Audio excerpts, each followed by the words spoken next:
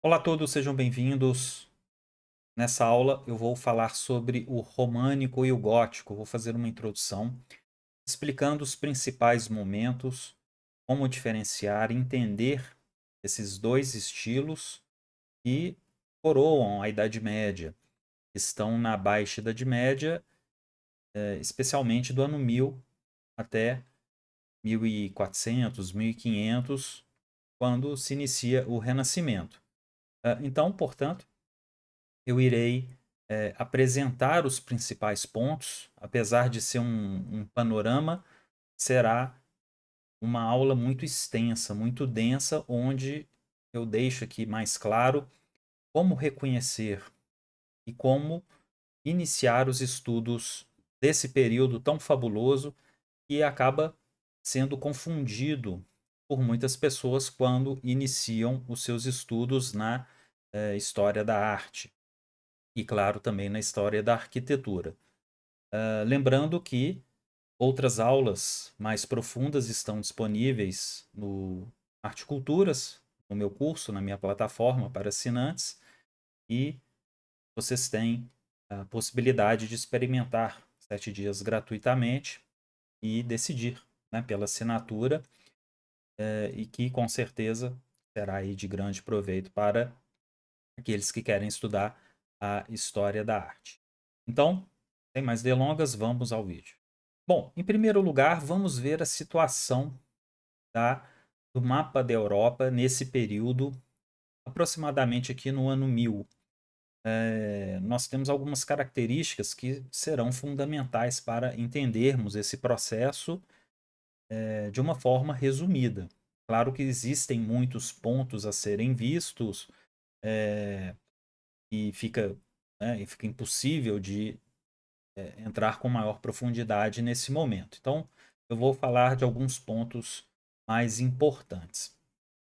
Vemos aqui no mapa, em verde, toda uma conquista islâmica no norte da África e na Península Ibérica. Essa conquista da Península Ibérica pelos muçulmanos, oriundos aqui dessa região da Tunísia, da Mauritânia, do Marrocos, né, os povos berberes, eles penetram cerca ali de 1700, de 711 na, nas atuais, né, Espanha e Portugal. E vão fazendo conquistas e tomam praticamente toda a Península Ibérica. Eles avançam para a França, são pedidos de entrar na França por Carlos Martel,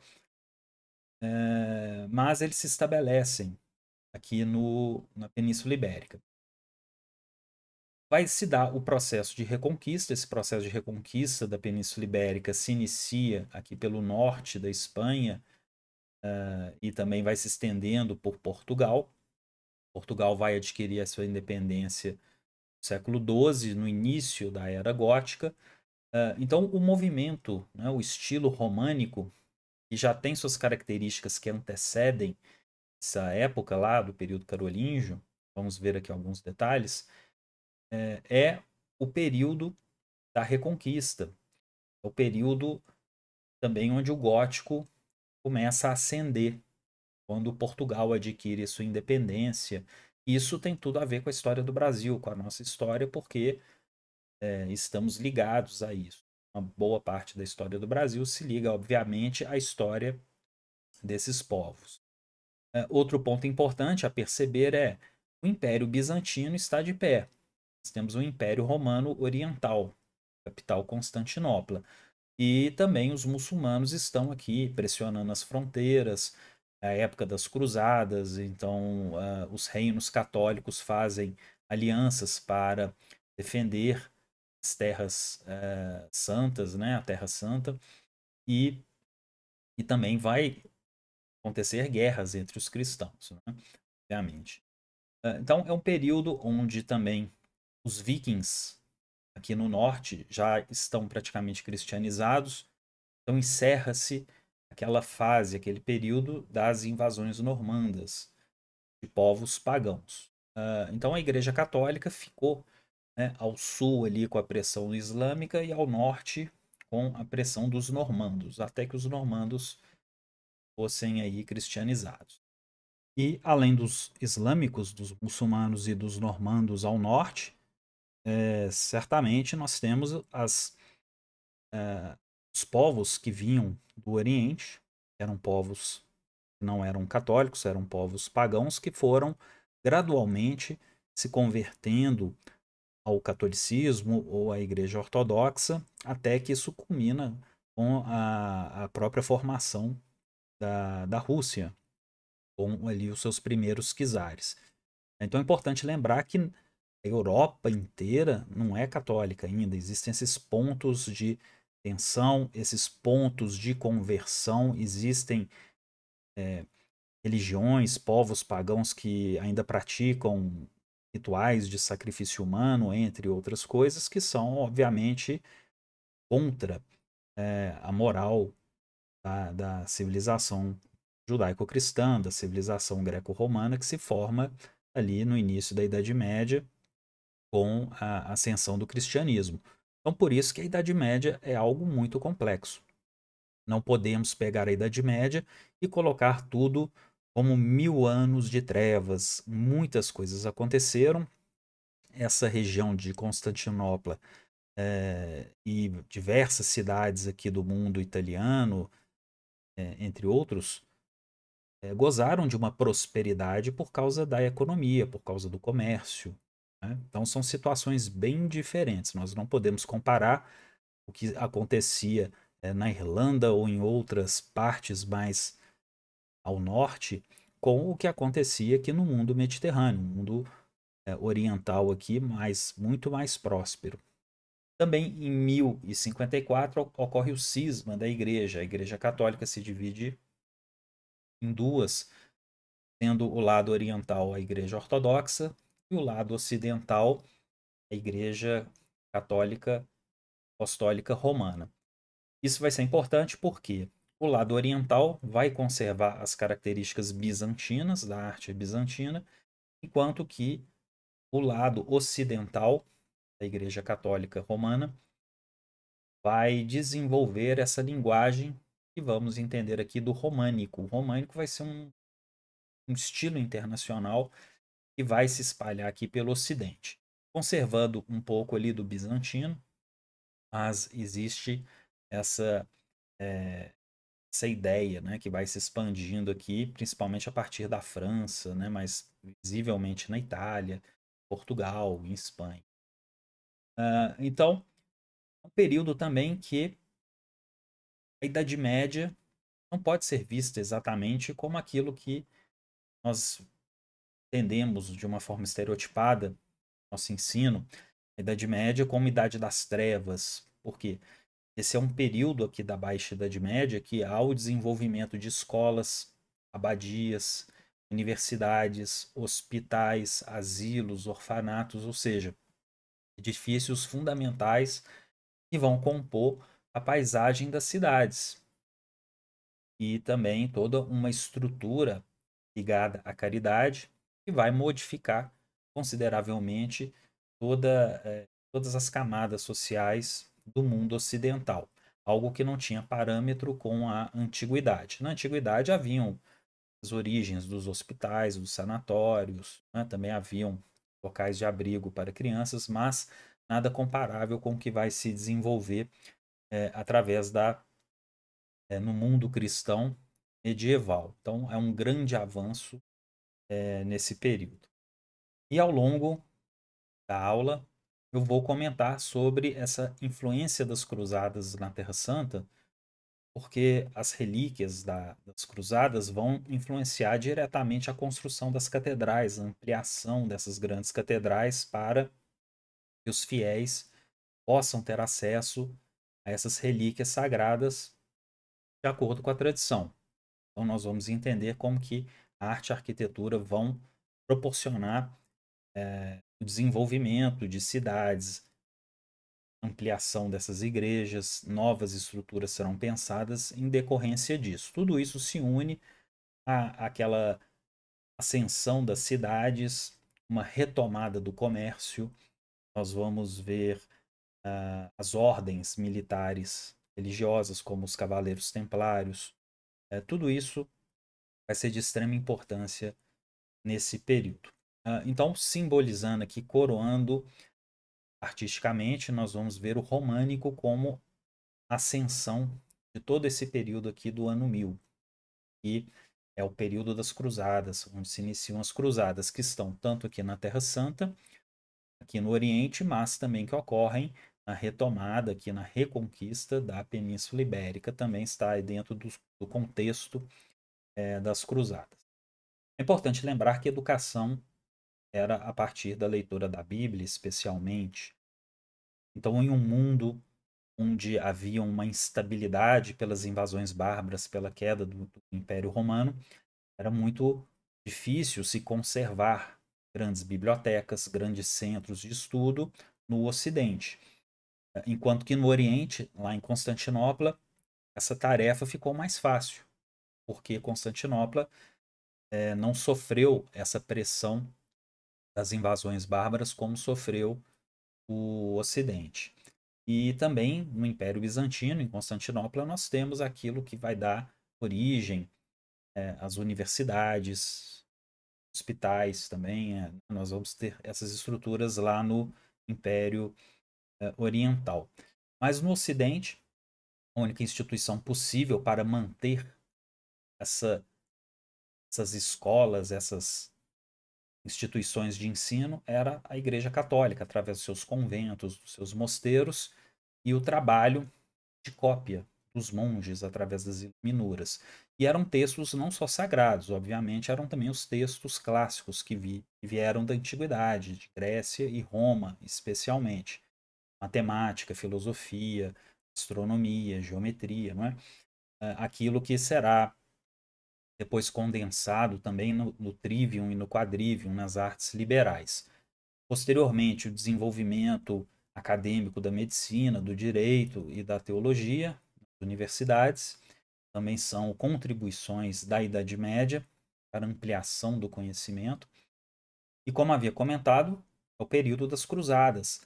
Diversas cruzadas foram empreendidas, várias ali para retomar espaços conquistados pelos muçulmanos, espaços que eram cristãos do Império Bizantino. É uma longa conversa, uma longa história, e muitas foram importantes. Algumas com pontos positivos para os ocidentais cristãos, outros pontos não tão positivos, como a Quarta Cruzada, né, que pilha Constantinopla. E isso vai acelerando um processo de degradação do Império Bizantino, até que o Império Bizantino seja dissolvido pela conquista islâmica em 1453, pelos turcos otomanos. Então são vários momentos extremamente complexos que se desenrolam ao longo de séculos e não podem ser vistos com um olhar superficial, estereotipado. Então, também ao longo aqui dessa conversa, eu vou mostrar alguns pontos relacionados a isso. É um período de desenvolvimento da escolástica, então a figura de São Tomás de Aquino. Então, a escolástica, segundo o Panofsky, um dos autores que frequentemente estudamos para a arquitetura gótica, o Panofsky ele traça paralelos entre a filosofia, período, a teologia escolástica com a arquitetura gótica. Então é impressionante ver como que ele desenvolve um texto e fazendo essas analogias. Então eu vou explicar isso também mais adiante. Havia comentado sobre o desenvolvimento dos hospitais, a valorização dos inválidos, dos deficientes e dos fracos através, né, dos asilos e dos orfanatos também. Então, isso é importante porque ao lado dessas catedrais, nessas cidades, essas instituições eram distribuídas, junto com as escolas, junto com as universidades também, essas santa casas de misericórdia. Né? Então, isso também são desenvolvimentos ali da Idade Média e também uma mudança significativa na própria dignificação da mulher. Então, tem historiadoras como Regine Pernod, por exemplo, que se debruçaram sobre esse assunto. Fala sobre o papel da mulher frente ao papel que a mulher tinha na antiguidade. Nós temos também Mary Baird, né, uma historiadora inglesa que fala sobre Roma Antiga, onde se comenta como que esses papéis sociais tiveram profundas transformações positivas para, para diversas classes, comparando com a antiguidade. Claro que se nós compararmos os dias de hoje com a Idade Média, é algo que vai nos soar extremamente discrepante, algo muito mais primitivo, mas isso não seria certo, certo? É entender a Idade Média comparado com a Antiguidade. Então, vários pontos nós tivemos avanços consideráveis. Então, isso pode ser visto também em autoras que falam, né, historiadoras medievalistas, sobre a Idade Média. E o que vemos aqui é o mosaico bizantino. O mosaico bizantino também será adotado no período românico, numa menor escala, como vemos no Oriente, mas ele é adotado fortemente. Então, o mosaico bizantino ele vai ser a grande arte que vai adornar as igrejas, que vai complementando a arquitetura e vai trazer também um sentido educacional, pedagógico dentro das igrejas. Esse mosaico ele é composto por pequenas tesseras, não é? São pequenas pedrinhas que podem ser de vidro, pedra, e materiais preciosos, e se espalham junto com a luz, né? Junto com a luz das velas, eles formam um belo espetáculo, ambientes que não vão receber tanta luz externa, como veremos mais adiante. Uma das características do românico é não receber uma luz externa muito forte, muito acentuada. Isso vai ser uma característica das catedrais góticas, especialmente do norte, na França, na Alemanha. Então aqui nós temos esse mosaico, está em Florença, famoso, né, já do século XIII, mas que nos dá bem essa ideia do que é um mosaico bizantino. Nós temos a figura do Cristo Imperator, que é um Cristo que não está mais no mundo temporal, é o Cristo atemporal, que já reina absoluto no céu e na terra, todo sempre, e que não sente dor, né? Ele não tem expressões de dor, né? Um Cristo crucificado, por exemplo. Nós vamos encontrar isso no gótico, essa característica nós vamos ver no final do período gótico. E temos também as famosas representações que se desenvolvem na Baixa Idade Média, culminando com a própria obra de Dante Alighieri, a Divina Comédia. Então, sobre o juízo final, tema muito comum das catedrais românicas e góticas, isso vai se espalhando, toda essa iconografia, ela vai se espalhando por essas catedrais. E já no período gótico, nós temos a ascensão de uma arquitetura de luz. Essa arquitetura de luz ocorre, em primeiro lugar, na França. Então, a Basílica de Saint-Denis ela é considerada a primeira igreja gótica, vamos entender isso mais adiante, mas ela é fruto de um desenvolvimento que já vinha ocorrendo em diversas partes, mas que é reunida em Saint-Denis, fica ao norte de Paris. E o gótico é fruto de toda uma tecnologia, do desenvolvimento dos arcobotantes, das abóbadas de nervura, do arco ogivado, mas especialmente da transmissão de forças dentro aí da engenharia física, em que essas paredes conseguem se abrir para a luz. Então, o peso da estrutura, nós vamos entender que o românico possui uma estrutura muito pesada visualmente, né, principalmente no sentido aqui visual, aparência, enquanto que as catedrais francesas, góticas, elas têm o aspecto de uma leveza, especialmente vistas por dentro, porque o vitral e a luz constroem a arquitetura. Isso é muito importante nós entendermos. Então, existem diferenças significativas do românico para o gótico, né, que é o objetivo e dessa aula. Então, seguindo aqui esse desenvolvimento que vem aí na Idade Média, esse contexto social, né, desses períodos, as figuras dos santos e das santas católicas, que já vinham, claro, desde o início do cristianismo, com os mártires, com, né, as figuras santas, mas é importante destacar também o papel das, das mulheres santas, das abadias, as abadesas que tinham grandes extensões para administrar. Então, isso também são novidades que vão acontecendo na Idade Média.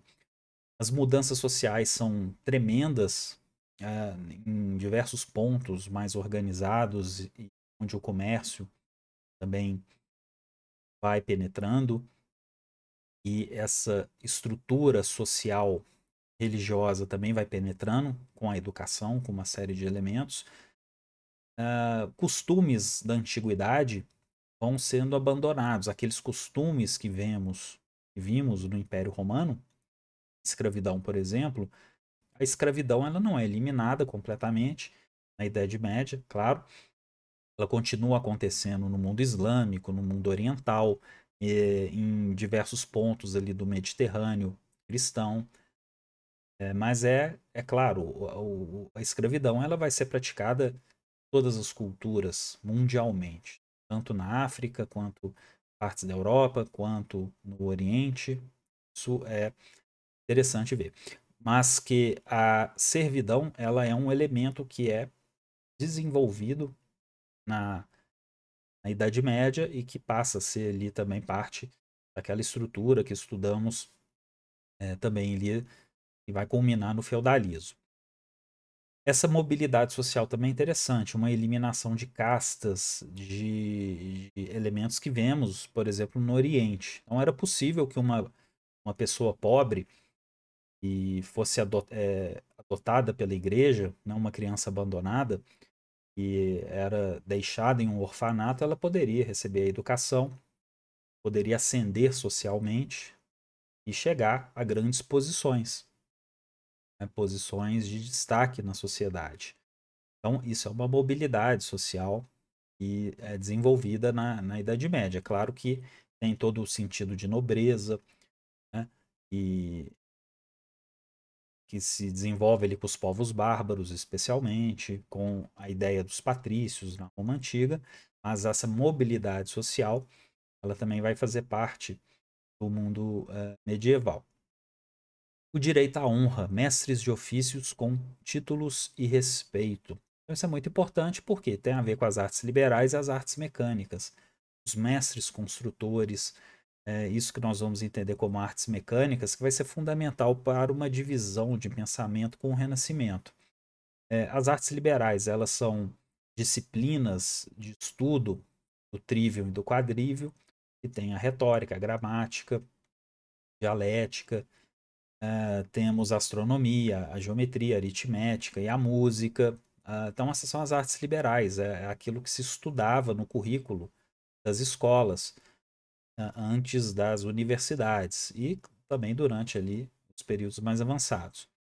E as artes mecânicas, como a arquitetura vai ser considerada uma arte mecânica nesse período, a pintura e a escultura, elas se relacionam com os trabalhos que envolvem obras, que envolvem uma atuação física direta, um trabalho braçal, um trabalho artesanal, em vários sentidos, né? Mas não por ser uma arte liberal que as artes mecânicas não vão ser valorizadas. Os grandes mestres construtores, os grandes artistas, certamente têm aí suas posições sociais privilegiadas. O Renascimento vai dar uma outra cara a isso e fica por um outro ponto, né? Porque a pintura, a escultura e a arquitetura, para os renascentistas, elas são elevadas a uma condição de artes liberais. É outro assunto complexo e vamos ver também mais adiante. O desenvolvimento das tecnologias, né, da medievais vão levar aí às grandes navegações do Renascimento. Então, é todo um contínuo que vai se desenvolvendo, cartografia, técnicas de navegação, mapeamento, e tudo isso vai levar ao Renascimento. Outro ponto importante é que não é um período que temos o livro impresso. Então era tudo copiado à mão. Ter um livro na Idade Média era algo muito caro. Então não há um conceito de uma biblioteca pessoal. As bibliotecas tinham que ficar nos mosteiros, nas igrejas, nos palácios. Eram muito caros os livros. Então, a transmissão do conhecimento era dada pelas escolas ligadas à igreja ou a escolas palatinas. Com o desenvolvimento já no início do Renascimento da prensa, né, do tipo móvel, os livros começam a ser publicados. Esse livro moderno que nós temos hoje. Daí, claro, nós vamos ter um outro desenvolvimento tecnológico baseado na transmissão desse conhecimento através dos livros. Também é um divisor de águas entre a Idade Média e o Renascimento. Então, é falsa aquela ideia, também nós carregamos, de que na Idade Média não havia propositalmente a difusão do conhecimento para que uma classe dominasse a outra, o clero ou a nobreza dominasse o resto da população através da ignorância. Isso não é verdade. Os livros foram se desenvolvendo, os manuscritos foram sendo copiados até se desenvolverem os livros impressos. Então, contextos aí bem diferentes. Pois bem, feita essa introdução, vamos falar daquilo que vai dar origem às estruturas do românico e do gótico. Nós estamos falando das catedrais. Nosso foco são as catedrais, as igrejas. Então, para isso, é importante entendermos essa estrutura fundamental, e eu já possuo aulas gravadas sobre isso, sobre a basílica romana, sobre o concreto romano, sobre o arco, sobre a abóbada. Eu tenho essas aulas abertas e também mais aprofundadas nos cursos pagos, tanto Arte e Culturas como o curso Roma Antiga. Então, essa estrutura fundamental é a basílica lá da época dos romanos antigos, a República Romana e do Império Romano. A basílica, ela vem um desenvolvimento que vem da Grécia Antiga, das estoas, mas é na Roma realmente que ela adquire essa forma que vai se assemelhar já às igrejas que vamos encontrar na Idade Média. Então, em primeiro lugar, a Basílica Romana, ela não é um local religioso. Ela não funciona como um templo religioso. Os romanos tinham a sua tipologia, as tipologias religiosas. Templos baseados na Grécia Antiga, os etruscos, templos redondos, os tolos, né? Enfim.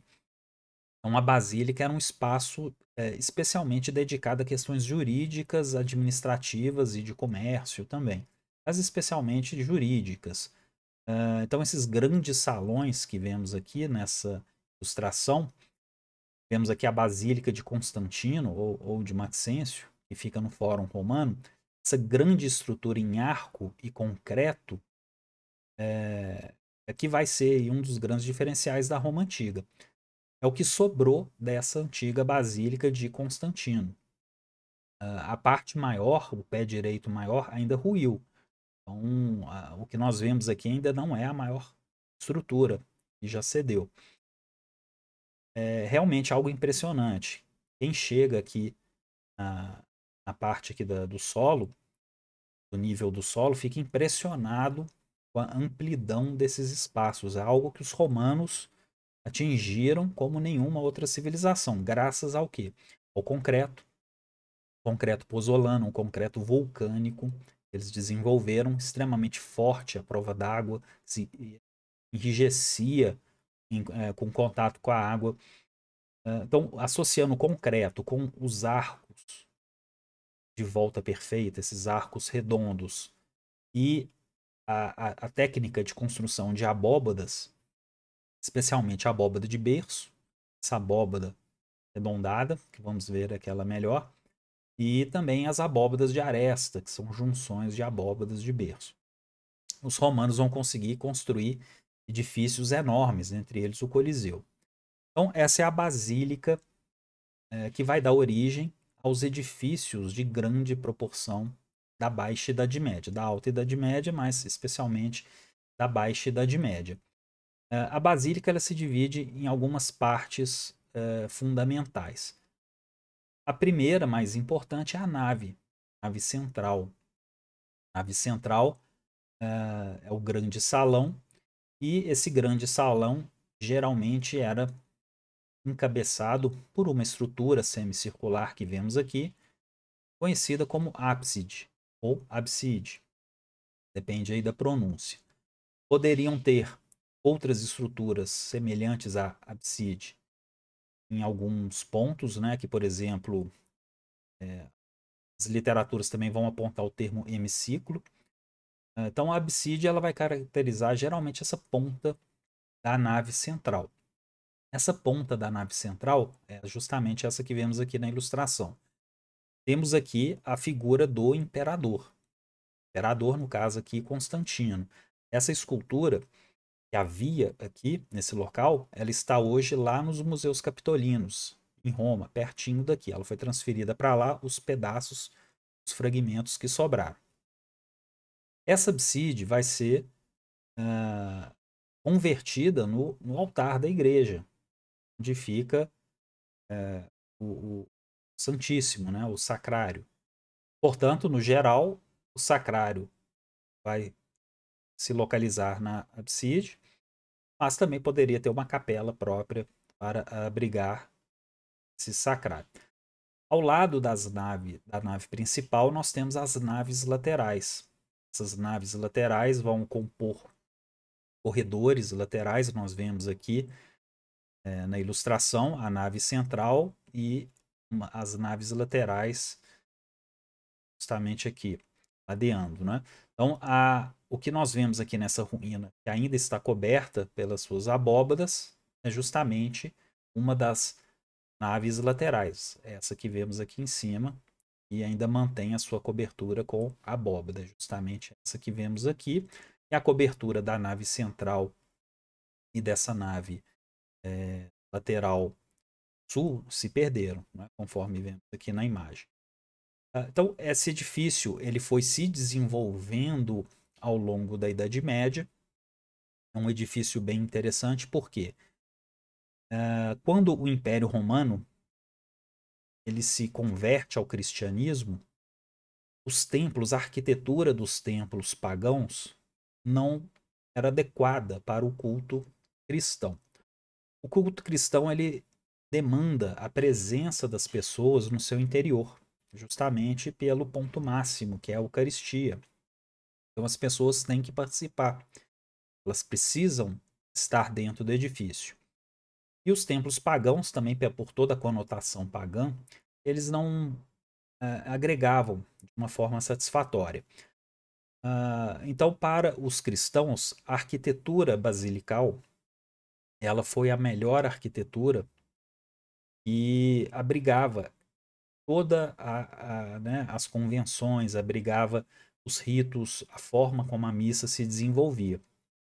Então, a basílica foi sendo adotada como a estrutura mais importante, uma das mais importantes, mas certamente aí a mais importante, visivelmente a mais monumental, para o culto cristão. O culto cristão ele precisa receber as pessoas. Diversos templos pagãos, as pessoas não podiam entrar, os sacrifícios eram feitos fora do templo. Haviam templos pagãos que as pessoas entravam, mas muitos templos pagãos as pessoas não entravam, não era permitido o acesso das pessoas dentro do edifício. Né? Mas com o cristianismo, não. Com o cristianismo, demanda, né, que as pessoas entrem e participem da Eucaristia. Então, por isso que a planta basilical ela vai ter um sucesso. E até os dias de hoje, a planta basilical ela é adotada como uma forma tradicional. E se ela é adotada porque ela funciona. Isso é muito interessante. A arquitetura tradicional é aquela que é viva, né? Que ela continua através dos séculos porque ela simplesmente funciona. Funciona e tem características extremamente positivas. Então, por isso que nós vemos hoje, né, com exceção das arquiteturas modernistas, nós vemos que as igrejas tradicionais conservam, em boa parte, isso que vem da Roma Antiga. A Basílica Júlia, nós vemos aqui uma ilustração que eu fiz para o meu livro, Roma Antiga, para artistas, arquitetos e viajantes. Eu fiz essa ilustração baseada em um modelo 3D, né, e, né, que está disponível em um website. Tem essa referência lá no meu livro. Então nós vemos aqui a Basílica Júlia. A Basílica Júlia era um dos tribunais que ladeavam o Fórum Romano. E por essa fotografia que eu fiz em 2015, nós vemos aqui no Fórum Romano o que sobrou da Basílica Júlia. Essa parte central descampada em a grama é a nave central. E também percebemos aqui as naves laterais ao redor. O edifício que foi reformado depois posteriormente, na época de Constantino, mas que entrou em completa decadência e ruína durante a Idade Média e nos tempos modernos. Depois tudo isso virou um grande campo, foi soterrado por constantes inundações que Roma sofria, né, a ação do tempo, e já a partir do século XVIII, XIX e XX, as escavações arqueológicas foram encontrando esses vestígios e a pavimentação original do período, a Via Sacra, entre outros edifícios. Aqui atrás nós temos o Palatino, que também nos dá essa boa visão das estruturas em concreto, em arco em concreto. Então, essa aqui é um exemplo de basílica. Uma basílica importantíssima que tem em Roma, 422, olha a antiguidade. 422, 432, é a Basílica de Santa Sabina, que fica no Aventino, pertinho ali do Circo Máximo. Olha como que a arquitetura basilical ela se mantém e é transmitida para as igrejas. Essa Basílica de Santa Sabina, ela já foi construída para ser uma igreja cristã. Outros edifícios da Roma Antiga foram convertidos, foram reformados para serem edifícios cristãos. Mas a ideia está toda aqui. Nós temos a nave central, ao fundo nós temos a abside, o ábside, formando então esse formato semicircular em forma de bala, com, né, uma cúpula também, né, metade de uma cúpula. Temos até a presença de mosaicos. Temos aqui as naves laterais. Essas naves laterais são arcadas, então temos aqui a ordem coríntia com arcos romanos. E esse andar superior aqui, né, das janelas, é o clerestório. O clerestório é essa seção, né, esse conjunto aqui de janelas que permitem a entrada da luz. O pé direito da nave central ele é maior, e enquanto que as naves laterais, tradicionalmente, são menores. Então temos aqui o formato basilical. Esse formato basilical é que vai dar origem às catedrais do período românico e do período gótico. Nós vamos ver que a planta desses edifícios medievais são extremamente semelhantes com essas plantas aqui já da Roma Antiga e do final da Roma Antiga, com a invasão dos bárbaros no Ocidente, então, e no declínio do século V. O arco romano é o elemento chave para entendermos o românico. Então já fica aqui essa diferença. Romano se refere aos antigos romanos, cuja data de queda do Império Ocidental, por convenção, é 476, queda da Roma Ocidental. Roma Oriental, Império Bizantino, continua até 1453. E o que caracteriza a arte romana, entre outras coisas, a arquitetura romana, é o uso de arcos, né? O uso de concreto e o uso das abóbadas. Então, essa estrutura do arco, a chave, geralmente, as aduelas, que são essas pedras que vão se encaixando e travando o arco. Então, é todo um jogo de forças que é realizado. Também esses arcos poderiam ser moldados em concreto, com alvenaria, não eram só de pedra. Aqui, por exemplo, essa foto eu acho, essa foto é uma das mais interessantes porque ela nos mostra uma ponte que tem no Rio Tibre, bem no centro de Roma, e nos dá a ideia, né? Nós vemos aqui o arco romano, né? Aqui de lado, mas é o arco romano, mas o recheio dessa ponte é o concreto pozzolana. Então é uma ponte muito forte, muito estável, mas que ruiu devido aí a ações do tempo, terremotos, mas que dá para perceber aqui como que a ponte é preenchida pelo concreto pozzolana. Então esse concreto era moldado na forma de arco e abóbada, e então essas grandes estruturas ficavam estabilizadas. E essas pontes romanas se espalham ali por todo o império, né? Vamos ver muito em Portugal também. Mostro lá no meu curso Portugal, Arte e Arquitetura, também disponível aí para assinantes. E aqui nós temos a ideia da abóbada de berço. A abóbada de berço é o que? Uma continuação de arcos que forma essa cobertura com essa característica aqui, né? Então, uma sequência de arcos. Então, temos aí esse nome, né? Esse termo, abóbada de berço. Em Portugal, eles chamam de abóbada de canhão. E o que, que é uma abóbada de aresta? Uma abóbada de aresta é justamente uma junção perpendicular de dois arcos, de duas arcadas, né? De duas abóbadas de berço. Então, elas formam esse tipo de estrutura que os romanos desenvolvem e que é transmitido para a Idade Média, que vai caracterizar o românico. Então, o românico se desenvolve da arquitetura carolíngia, que vamos ver daqui a pouco, mas ele vai se basear nos elementos romanos, como principalmente pelo arco de volta perfeita, que é esse tipo de arco, e pelas abóbadas. Então, não confundir o romano com o românico. O românico já é caracterizado um estilo do movimento da Baixa Idade Média. A arte romana, os antigos romanos, ela influencia diversos outros períodos daí em diante. O românico, o Renascimento, o Barroco e por aí vai. Mas o românico se estabelece ali por volta do ano 1000. E anteriormente ao ano 1000, nós temos o período carolíngio, o período de Carlos Magno, quando Carlos Magno é coroado em 800 e vai estabelecer aquilo que será conhecido posteriormente como Sacro Império Romano Germânico. E a arquitetura carolíngia, ela nos traz, e antes do ano 1000, uma restauração de elementos eruditos, arquitetônicos. A corte de Carlos Magno também vai promover um grande avanço nas letras, nas bibliotecas. Então, há um tipo de renascimento dentro da Idade Média. Isso é interessante dizer, porque aqui, ao redor de Carlos Magno, se juntaram grandes intelectuais que vão ali compor, né, um círculo de erudição, escola, de conhecimento.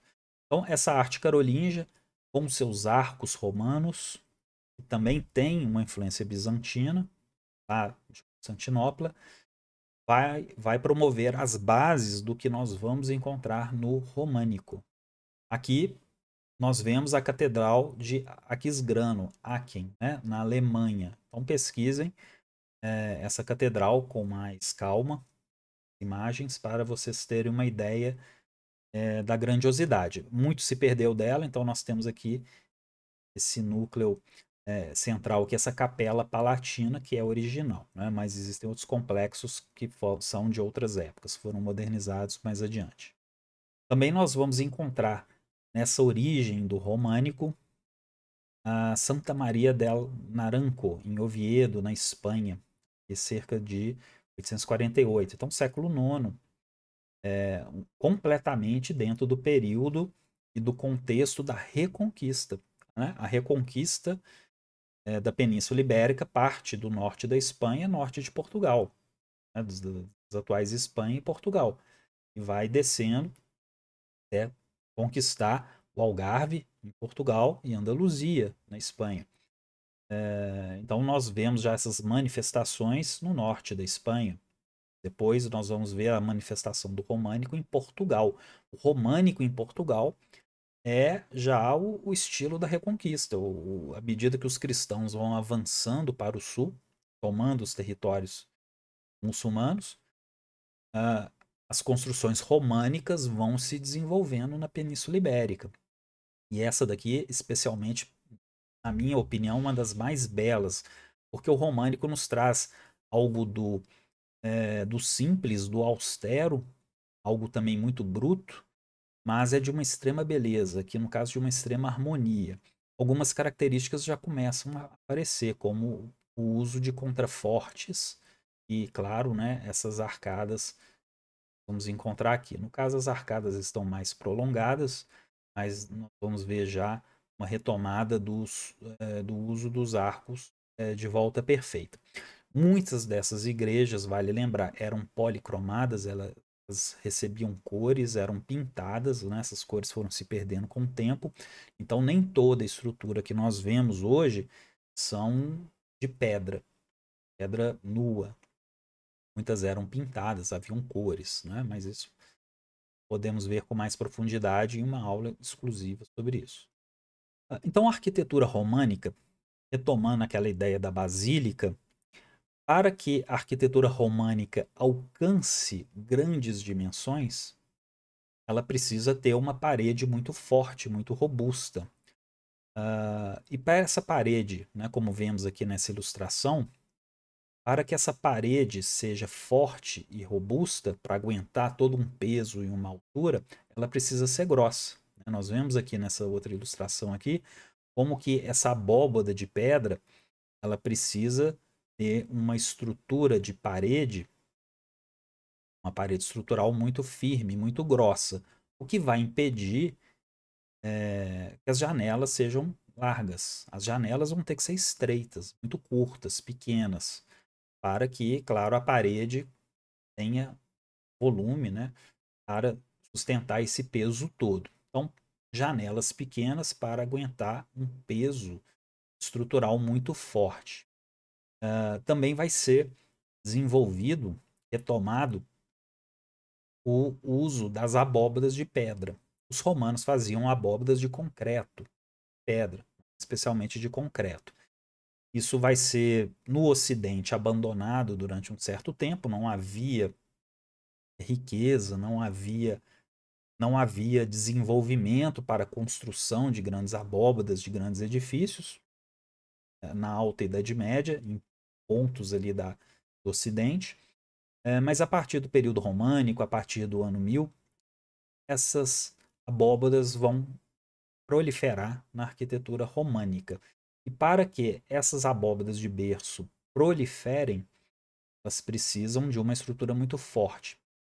Então a igreja românica ela vai ter essa característica: paredes muito grossas, janelas muito pequenas, um aspecto de fortaleza. Muitas igrejas vão se assemelhar a castelinhos, pequenas fortalezas, porque muitas delas também serviam como defesa quando havia ali um problema, uma invasão, alguma coisa nesse sentido.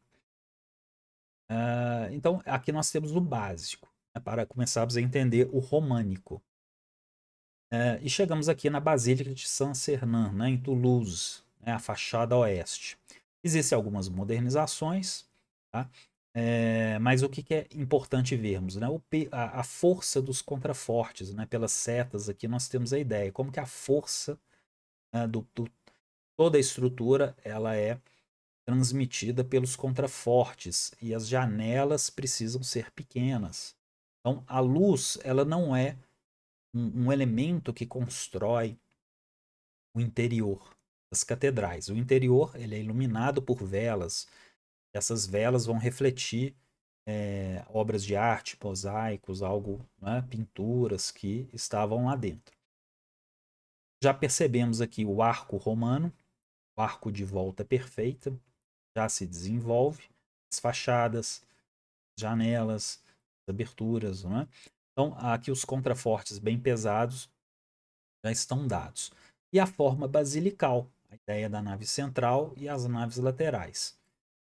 Durante a Idade Média, vamos ver uma planta daqui a pouco, nós temos também a adição do transepto. O transepto vai ser uma estrutura, uma nave que vai cortar na perpendicular à nave central, formando a planta em cruz latina. Então, a igreja românica, tradicionalmente, as grandes igrejas vão ter essa forma de cruz latina, que é uma característica das igrejas do Ocidente. A cruz grega, onde todos os braços são iguais, lá no Oriente, mas no Ocidente também. Temos vários exemplos de cruz grega no Ocidente, isso também faz parte da história do Ocidente. Aqui nós temos a agulha, né, o zimbório, né, então quer dizer, várias formas vão se estabelecendo até que no Renascimento se retomam as cúpulas, essas flechas que também vão caracterizar a arquitetura gótica. Isso fica no transepto, né? Então, geralmente essas grandes estruturas apontando para o céu, essas grandes flechas, os zimbórios, elas vão se localizar no cruzamento da nave central com o transepto. Por dentro de uma basílica românica, nós vemos aqui Santiago de Compostela, uma visita que eu fiz em 2023. Vemos aqui as abóbadas de pedra, justamente. Temos por dentro uma ideia de como é o tamanho, a dimensão e qual é o formato dessas abóbadas. Vemos que são arcos de volta perfeita, arcos romanos, e vale citar Paul Glaber, no ano 1000, o manto branco das igrejas. Então, esse manto branco das igrejas, das catedrais, que foi se espalhando pela Europa. Então, as igrejas foram trocando, né, mudando a forma de construção, adotando as abóbadas em berço. Anteriormente, nós temos aquelas coberturas, aqueles forros em tesoura, né, forros das antigas basílicas romanas, como vimos lá em Santa Sabina.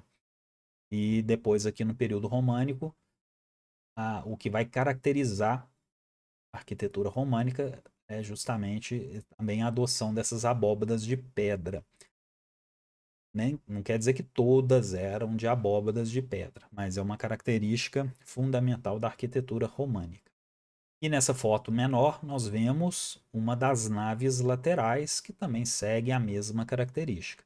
Abóbadas de berço e arcadas com arcos de volta perfeita. Santiago de Compostela, depois ela passou por reformas, a fachada é barroca, e então nem tudo nela é original.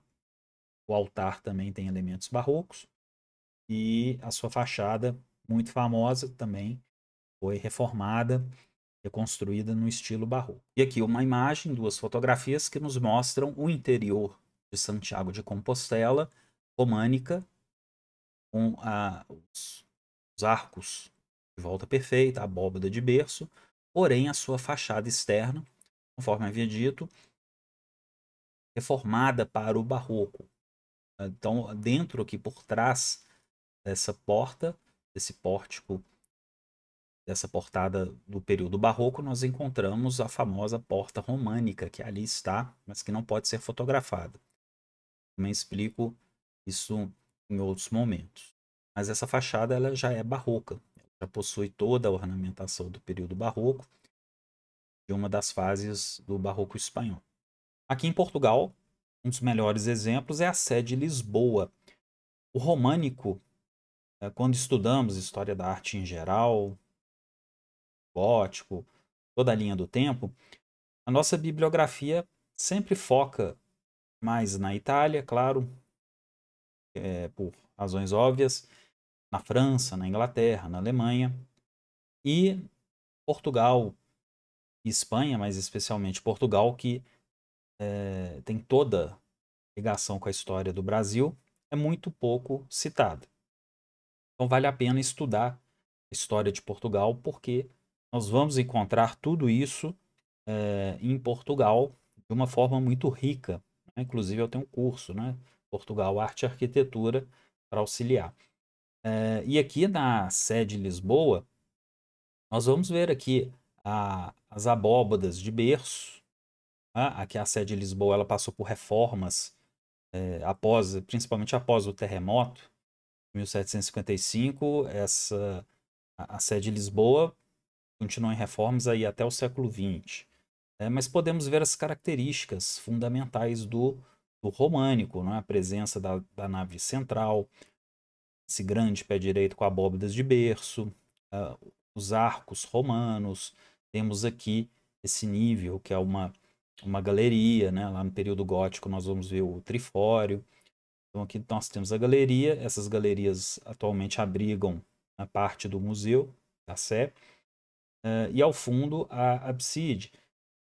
O fundo já, aqui ao fundo, na abside, já temos uma modernização barroca. Mas a, a sede de Lisboa, ela é românica. Ela tem um aspecto de força, um aspecto defensivo, que também não deixa de ter uma harmonia, né? Aqui tem uns dados interessantes, né? Dom Afonso Henriques, que foi o primeiro rei de Portugal, aquele que expandiu ali o período da Reconquista, levou relíquias de São Vicente de Saragoça, mártir do século IV, para a Sé. Nós vamos ver daqui a pouco como que isso foi importante para o desenvolvimento das cidades e, claro, da arquitetura românica, porque essas relíquias que vinham de diversas partes, dos santos, dos mártires, e até mesmo ligadas a Cristo, segundo a tradição, vindas especialmente do Oriente, de Constantinopla, de Jerusalém, essas relíquias eram levadas para essas catedrais, e isso atraiu um grande número de pessoas para fazer romarias, peregrinações. Então era necessário um novo espaço, um espaço que comportasse essas relíquias e também um número crescente de fiéis que chegavam para ver essas relíquias.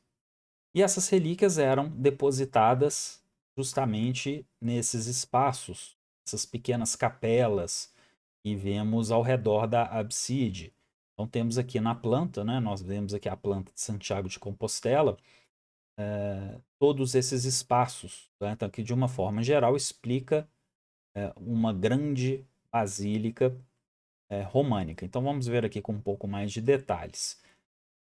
A nave central, vista bem aqui, né, no corpo da igreja, junto com as naves laterais. Então, muito parecido com aquela basílica romana. A parte frontal, o nártex, né, essa parte frontal que antecede a entrada da nave central, propriamente, né? Então, o nártex ele faz um pórtico, ele é uma espécie de pórtico que tem ali uma entrada para a nave central. No cruzamento, né, nós temos aqui o transepto. Né? O transepto é justamente essa nave que corta a perpendicular e que dá, então, a forma da cruz latina para a estrutura da basílica. Ao centro, nós temos o cruzeiro. Esse cruzeiro pode ter um zimbório, pode ter uma cúpula, pode não ter, né? Geralmente, algum elemento monumental, com pinturas, enfim. Então, o cruzeiro justamente marca essa, essa zona de transição também dentro da igreja, porque a partir do cruzeiro nós já encontramos a área do coro, os cantores, os músicos ficavam, a área do altar, né, do altar mor, do sacrário, e ladeando a abside, ladeando o altar, nós temos o deambulatório. O deambulatório é toda é, é, essa continuação, esse prolongamento das naves laterais que vai pelo altar, ao redor do altar. Então é possível que o fiel caminhe por esse deambulatório, justamente para isso, para ele deambular, para ele andar, e nas absidíolas ou capelas radiais eram depositadas essas relíquias, imagens, esculturas. Também nós vamos encontrar túmulos, geralmente túmulos de nobres, daqueles que patrocinaram as obras.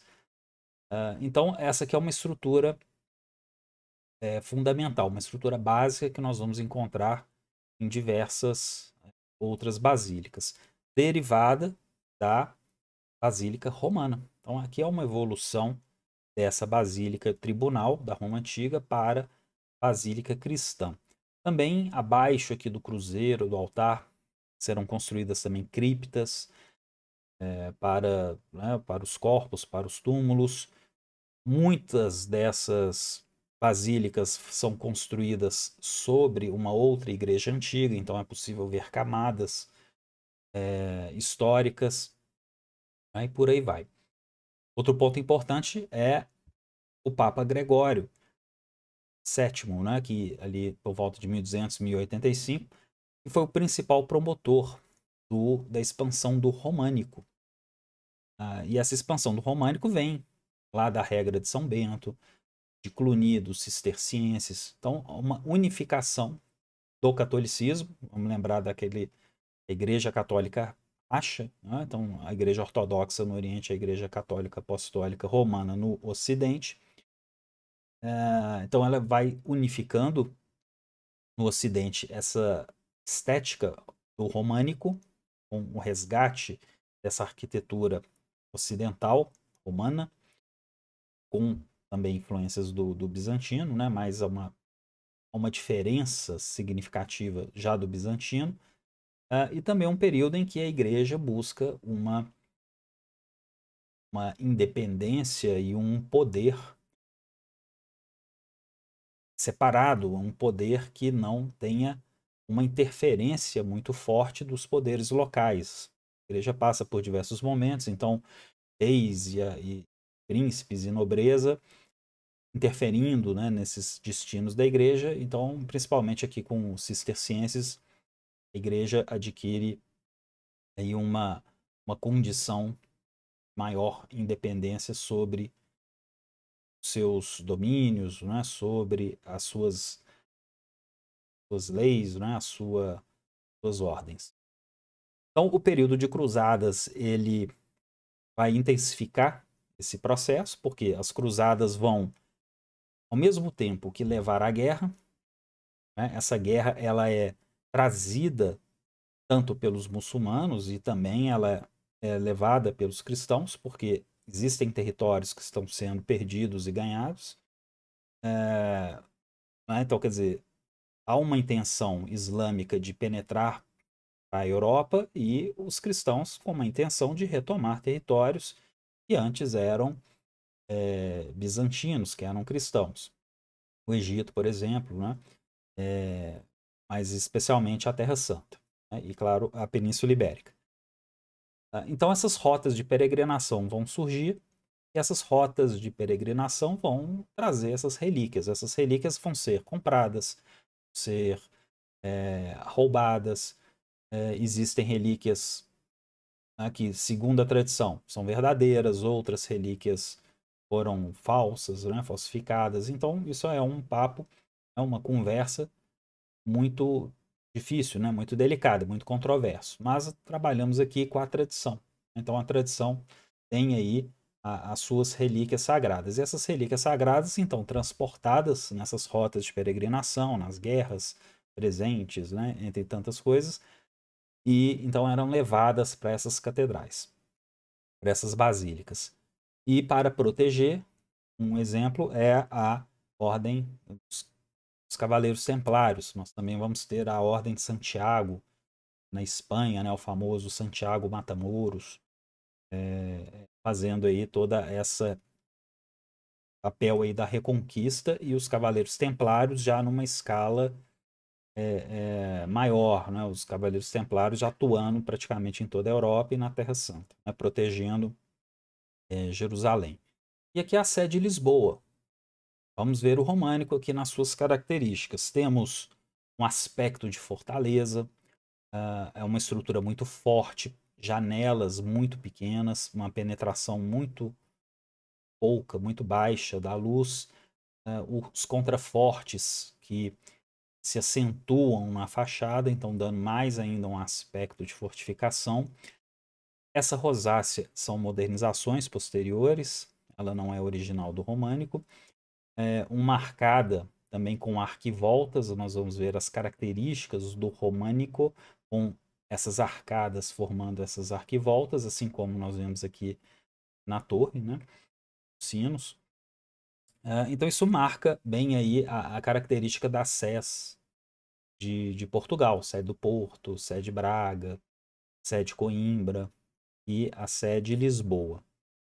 Então algumas características fundamentais colocadas aqui: paredes espessas, aspecto fortificado e maciço, as abóbadas de berço, portadas em arquivoltas de arcos de volta perfeita, né? Então nós temos aqui essa sucessão de arcos, os contrafortes, né? Esses contrafortes marcam bem a estrutura românica, ausência ou pequenas janelas. Então, vemos que uma diferença para o gótico é justamente as janelas rasgadas, grandes vãos. O aumento progressivo do número de janelas de baixo para cima. Depois eu vou mostrar essa característica em alguns outros edifícios, principalmente em torres. Arcadas cegas, também nós vamos ver na Itália, mais adiante, que dá um aspecto de elegância e leveza, porque um edifício que tem um aspecto fortificado, de paredes muito espessas, as arcadas cegas criam elementos mais leves. O arco, ele já nos dá uma, uma ideia, né? uma sensação de leveza. Isso uma coisa que os romanos souberam fazer e nos legaram. E também os mosaicos e as pinturas. Então, Portugal é repleto de monumentos do período românico. Então, precisa, quem viajar para Portugal, tem um pouco mais de atenção com o românico, porque existem muitos edifícios para ser visitados. Aqui nós vemos essa ideia das janelas que vão se abrindo de baixo para cima, então dando um aspecto de leveza para a estrutura. Aqui é o campanário da Basílica de São Frediano, em Lucca, uma belíssima cidade. Lucca é uma cidade que ela tem todas as camadas, parece uma árvore que foi cortada e nós vemos os anéis de crescimento da árvore.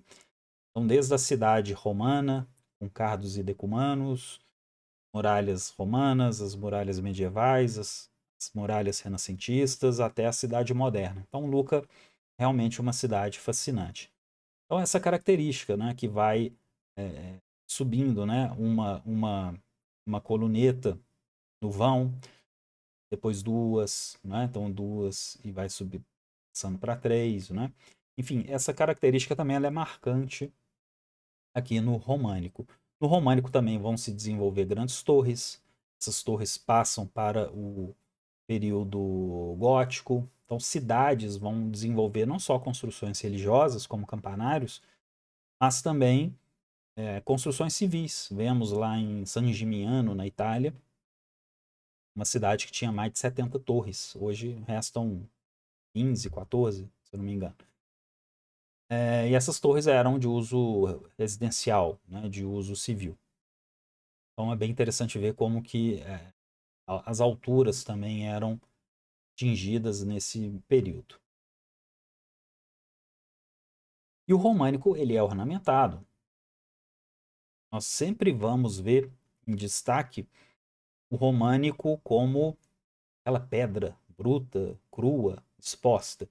Mas vamos lembrar aqui do claustro, né, da Basílica de São Paulo, fora dos muros, entre outros claustros belíssimos, né, os tipos de colunetas, de colunas, de ornamentos.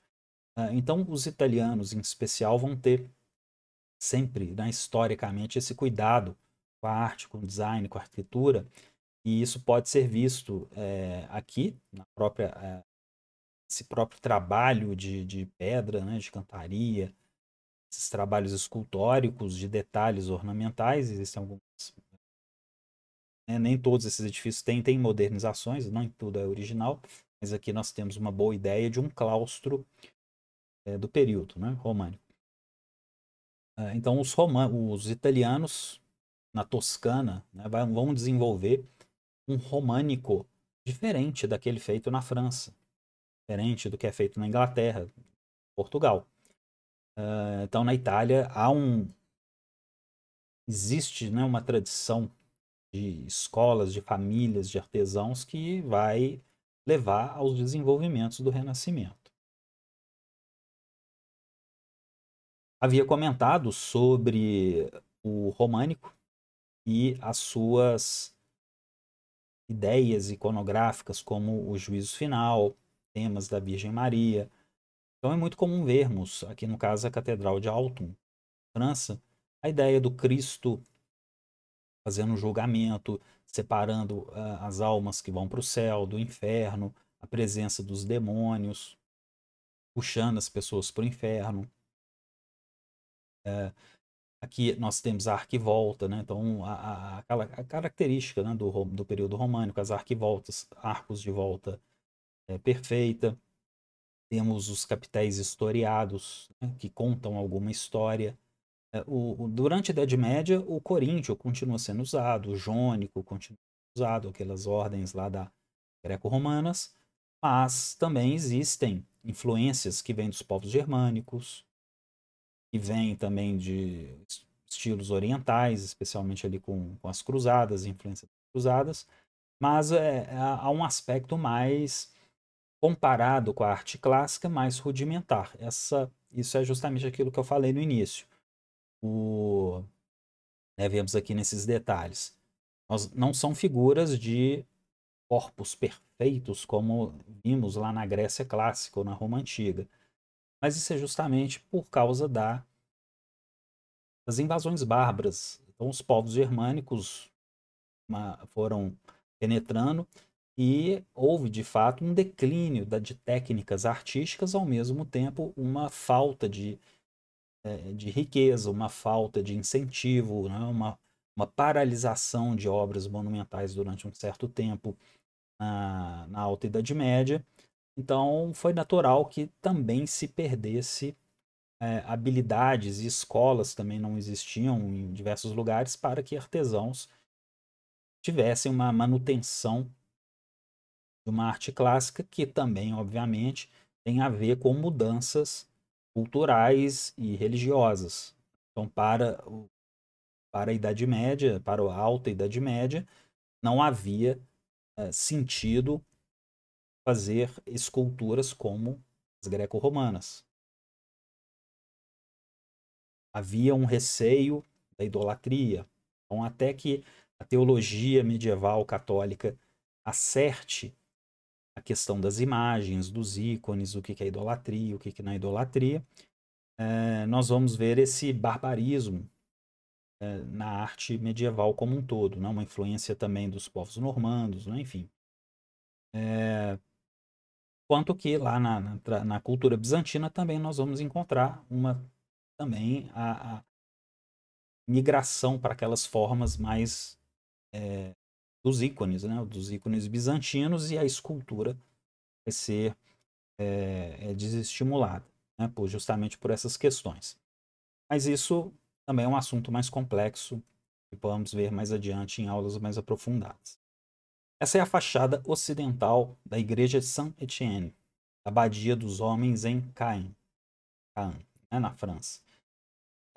Temos aqui a presença dos contrafortes, o que nos indica que, além do tamanho das janelas, um tamanho mais modesto, em arcos romanos de volta perfeita, não é? Vemos aqui arcos mais simples, o que nos dá já uma fachada românica. E essas torres, elas já têm modernizações para o gótico. Então, elas já têm um impulso vertical e também a presença aqui de arcos mais ogivados e lóbulos que já pertencem ao estilo gótico. Mas ela é primordialmente uma igreja românica. Nós temos a ideia da basílica, que muito bem esclarecida, uma grande porta, nave central, e duas portas laterais, fazendo então aqui as duas naves laterais, né? Então, uma grande nave central, duas naves laterais e uma fachada bem imponente. Na parte posterior, temos aqui modernizações para o gótico. Então, nem tudo é românico. Nós vemos que a sua abside foi modernizada para o gótico por causa dos arcos ogivados, são arcos pontudos, vamos entender isso daqui a pouco. Então, temos aqui reformas, modernizações. O que acontece? Essas igrejas, claro, elas sofriam com incêndios, com desastres naturais, guerras, mas principalmente os incêndios. Então, elas eram reformadas constantemente. Quando elas eram reformadas no estilo moderno do período. Então, uma igreja românica, ela pega fogo e depois ela é reconstruída naquilo que é mais atual. Então, no caso, gótico. E existem dentro do gótico outros períodos, né? Estilos dentro do gótico, né? O gótico primitivo, o gótico radiante, o gótico flamejante. Então, essas modernizações são vistas em diversos momentos, em diversos períodos. Então, é muito difícil encontrarmos uma estrutura 100% original. Nós sempre vamos ver alguma adaptação, alguma reforma, 2, 3 estilos, 4 estilos, tanto externo quanto interno. Então, isso pode dificultar também um pouco a leitura. Mas aqui nessa fachada nós temos basicamente as características fundamentais do românico e ela é um dos exemplos mais citados.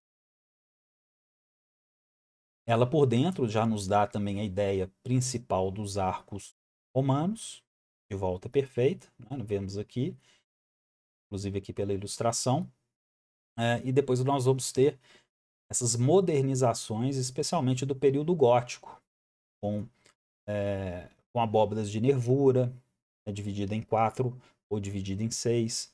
Vamos entender isso mais adiante, eu mostro com mais calma. Mas o que acontece é que as abóbadas de pedra vão entrar na linguagem e vão ser uma marca, uma característica dessas grandes igrejas do Ocidente, né? O manto branco das igrejas, o manto branco das catedrais. E aqui o românico da Toscana, belíssimo, a mais famosa, talvez, das construções românicas da Itália, é a Torre de Pisa. Vemos que é uma torre robusta, né? Ela tombou por causa do terreno, né? O terreno foi cedendo, mas hoje está estabilizada, então não há perigo, né? As pessoas podem subir até o seu mirante. Mas vemos que é uma arquitetura românica da Toscana, mais rica, mais elaborada, com ornamentos, com revestimentos finos, né, de mármores da região. As arcadas cegas que eu havia comentado estão aqui, elas dão maior leveza ao edifício. Vemos que esse embasamento, né, esse primeiro nível do edifício, ele fica mais leve, assim como aqui no batistério. Né? Apesar das janelas serem não tão grandes, serem umas janelas menores, essas arcadas cegas, elas dão uma leveza maior ao edifício, no sentido estético, com as suas meias colunas coríntias que avançam.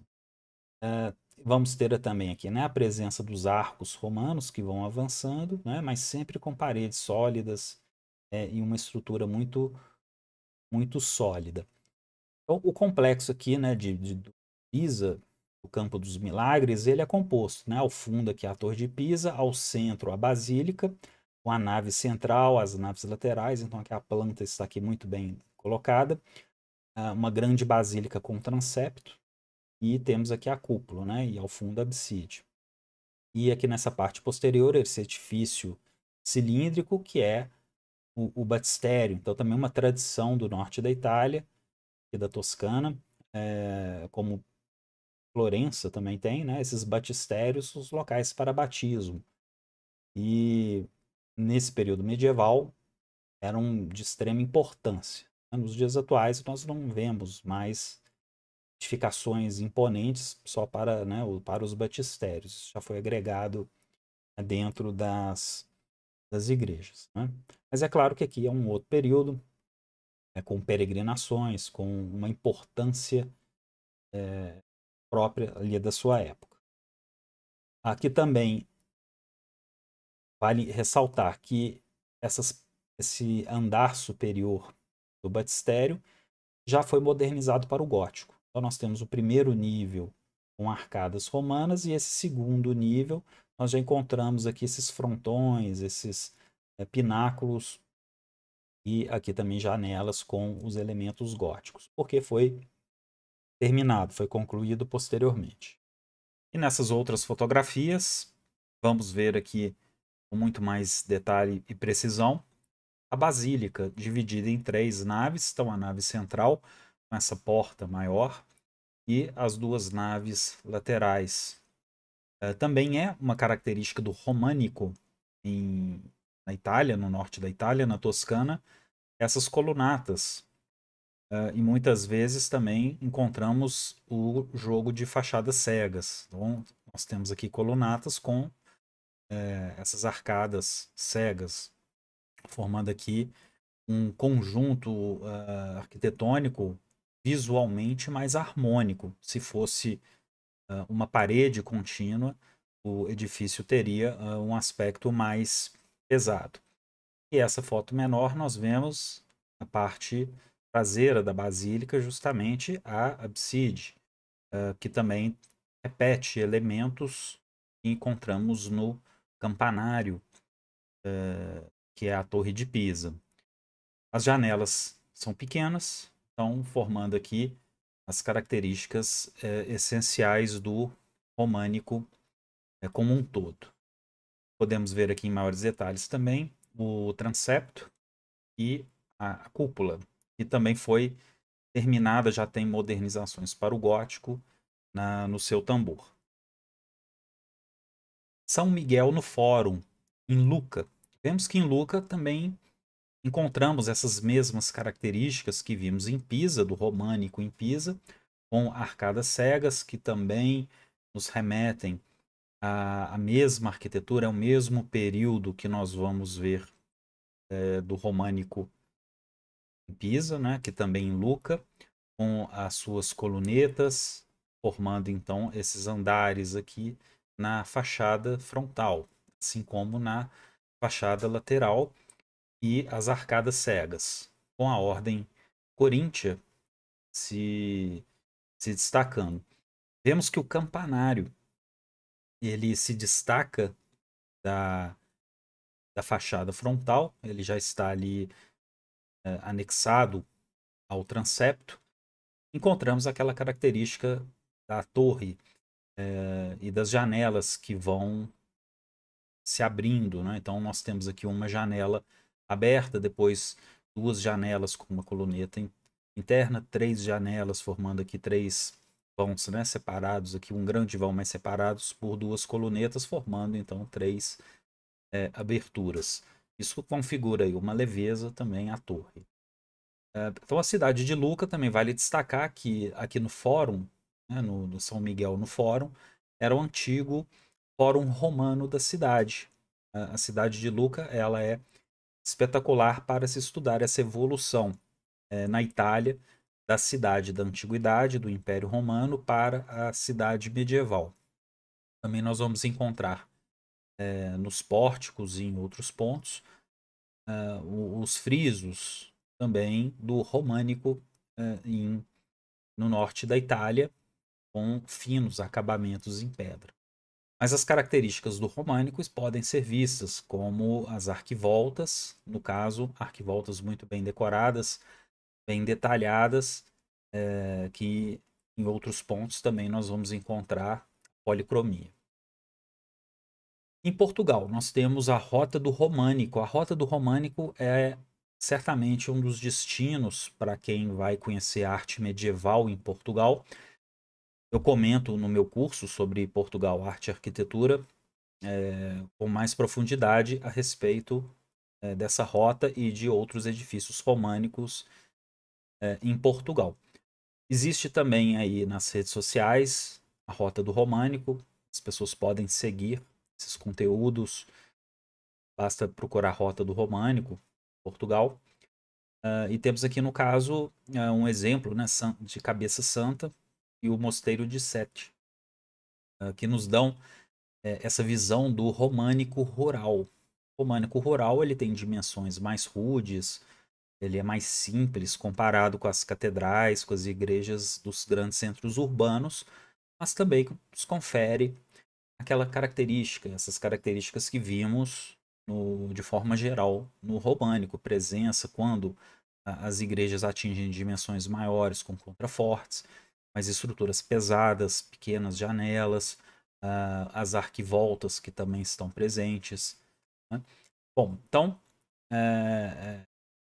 essa rota do românico eu recomendo fortemente que se faça, porém é necessário um carro ou algum outro meio de transporte que não seja o trem, o comboio, né, em Portugal, porque são vilas que estão no interior. Então, o mais recomendado é que se alugue um carro ou uma van para percorrer essas diversas localidades. Inclusive, eu as tenho uma piada no Google, no Google Maps, para os alunos que estão assinando o curso Portugal Arte e Arquitetura. Voltando para Portugal, a sede Lisboa, ela tem elementos que vão, obviamente, aqui do românico, como grande, grande elemento arquitetônico é o românico, mas também no seu interior o barroco. Então a sede Lisboa nos dá esse aspecto de fortaleza, com merlões e ameias, que são justamente essas estruturas defensivas nos topos dos castelos. Então os merlões e ameias vão formando esse desenho característico defensivo, algo que vem desde a antiguidade.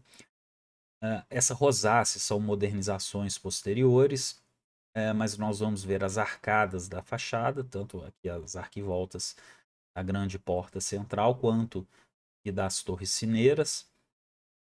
Temos uma semelhança muito forte com a Sé do Porto, a Sé de Coimbra e o Mosteiro de Santa Cruz de Coimbras, que são modelos normandos. Então, os portugueses, nesse período, contavam com contribuições de arquitetos e artistas, especialmente vindos da França, dos normandos, né, do norte da França. E essa construção foi iniciada com a conquista de Lisboa em 1147, provavelmente no local de uma antiga mesquita, que por si só já era uma outra igreja. É um fenômeno que acontece em Portugal e Espanha. Igrejas que foram convertidas em mesquitas e depois essas mesquitas convertidas em igreja. Isso é bem comum percebermos isso. A Sé Velha de Coimbra, atribuído ao mestre francês Roberto. É um românico coimbrão mais austero. Mas vamos perceber aqui a mesma característica de Lisboa, os merlões e as ameias, né? O mestre Roberto também esteve na sede de Lisboa, posteriormente o mestre Bernardo e mestre Soeiro. Ela é o marco da Reconquista, então, nesse contexto das cruzadas e da reconquista cristã da Península Ibérica, ela é contemporânea à Batalha de Ourique, batalha famosa contra os mouros, e a figura icônica de Santiago Mata-Mouros, né, que foi visto no campo de batalha, com Dom Afonso Henriques. Né? Coimbra foi escolhida como capital do reino. Há uma típica igreja, arquitetura românica, com janelas pequenas. Apenas aqui uma observação, que nós temos esse elemento aqui, que é do Renascimento português. Nós vamos estudar isso dentro do Renascimento em Portugal, mas, mas ela é praticamente toda românica na sua parte externa. Vemos aqui as arquivoltas e aqui as colunas que seguem o mesmo ritmo das arquivoltas e se repete também nessa janela superior.